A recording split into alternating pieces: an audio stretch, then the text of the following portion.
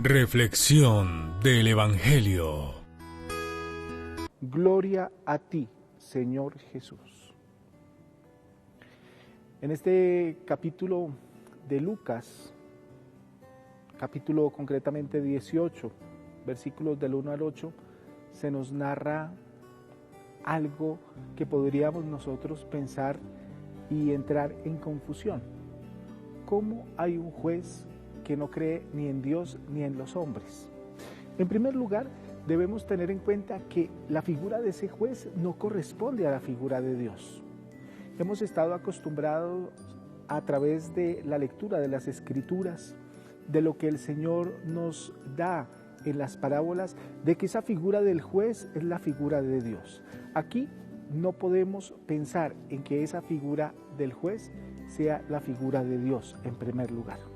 Simplemente una figura humana, una figura, podríamos decir, casi que perversa, egoísta, porque es un hombre que piensa en sí mismo, es un hombre que piensa solamente en sus cosas. Hay un egoísmo allí. Es un hombre que no teme ni a Dios ni teme a los hombres. Es un hombre, un juez que no tiene relación ni con Dios ni con los hombres.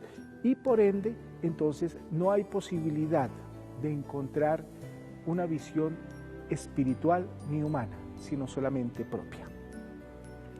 Allí, en el relato, hay una viuda que clama, y esta viuda pues tiene a este juez, que es un juez egoísta, un juez injusto, lo tiene aburrido con ese clamor. Por eso muchos de los teólogos dicen que es la viuda imprudente o la parábola de la viuda imprudente. Pero vamos a mirar más allá de ese sentido de la justicia, ¿qué es lo que el Señor nos quiere decir?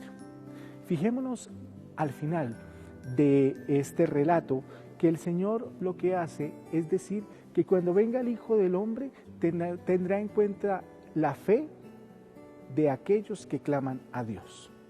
Esto es muy importante tenerlo en cuenta. La viuda es consistente, insistente y persistente en este acto. Y entonces hace que este juez tenga como una emoción de repugnancia hacia ella, porque lo molesta. Sin embargo, dice algo, que vendrá alguien a juzgarla, y ese alguien es Dios. Allí, los teólogos y sobre todo los padres de la iglesia nos hacen encontrar algo muy importante, que es el centro de esta parábola: la misericordia de Dios. Y la misericordia de Dios que llega de acuerdo al clamor que nosotros tengamos, de acuerdo a la comunicación que nosotros tengamos con Dios y de acuerdo a ese diálogo que tengamos con Él. Allí, cuando vemos a ese juez injusto que no cree ni en los hombres ni en Dios, encontramos muchas veces tantas entidades, tantas personas, tantas compañías que se deshumanizan, se desespiritualizan, podríamos decirlo, y solamente piensan en sí mismas o piensan en obtener recursos para sí mismas, olvidándose de la parte espiritual y de la parte humana. Allí encontramos una injusticia.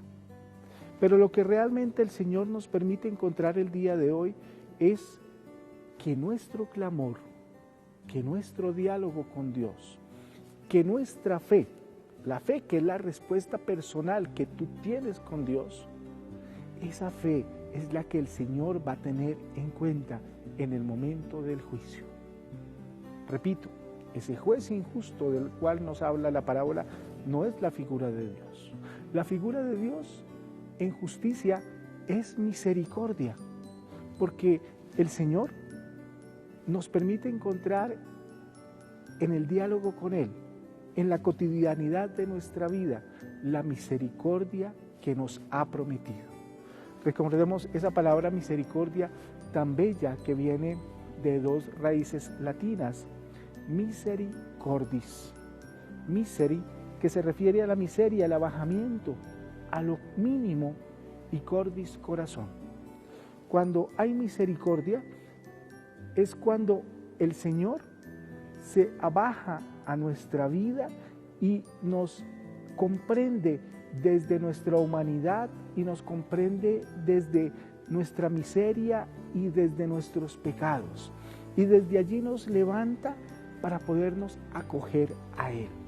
Pero para eso se necesita la constancia en la oración y para eso se necesita la constancia en el diálogo con Él y sobre todo en la invocación de aquella misericordia. Es muy importante tener en cuenta esto. Esta parábola es hermosa en ese sentido, porque nos enseña realmente que nuestro clamor, nuestra petición, nuestra constancia permite que el Señor nos dé misericordia. No olvidemos eso. Y no olvidemos también que a partir de la misericordia que nosotros recibimos del Señor y de esa gran misericordia de estar vivos y tener nuestros seres queridos y tener vida, y si hay hermanos, familiares difuntos, pues que gozamos con Él y el Señor nos los dio como regalo, que desde esa misericordia nosotros debemos dar misericordia a los demás. No olvidemos eso. La misericordia que dispensamos de Dios, que recibimos de Dios, que nos llena la vida de Dios, la debemos dar gratis a los demás. Entre más misericordia recibamos de Dios, más misericordia debemos tener con nuestros hermanos. Eso se nos olvida, pero realmente el Señor nos lo recuerda el día de hoy. Constancia en la oración, en el clamor, sin tener en cuenta que hay entidades o grupos que no creen ni en Dios ni en los hombres. Nosotros vamos directamente al Creador a pedir ese amor y esa misericordia. Estamos desde el templo de Santo Domingo, en el convento de Santo Domingo de los frailes de la Orden de Predicadores, y desde acá oremos al Señor en este día para que nos bendiga y nos enseñe ese amor y esa misericordia. Padre nuestro que estás en el cielo, santificado sea tu nombre, venga a nosotros tu reino, hágase tu voluntad así en la tierra como en el cielo. Danos hoy nuestro pan de cada día, perdona nuestras ofensas, como también nosotros perdonamos a los que nos ofenden. No nos dejes caer en la tentación y líbranos del mal. El Señor esté con ustedes. Y la bendición de Dios omnipotente, Padre, Hijo, Espíritu Santo, descienda sobre todos y cada uno de ustedes. Feliz día para todos.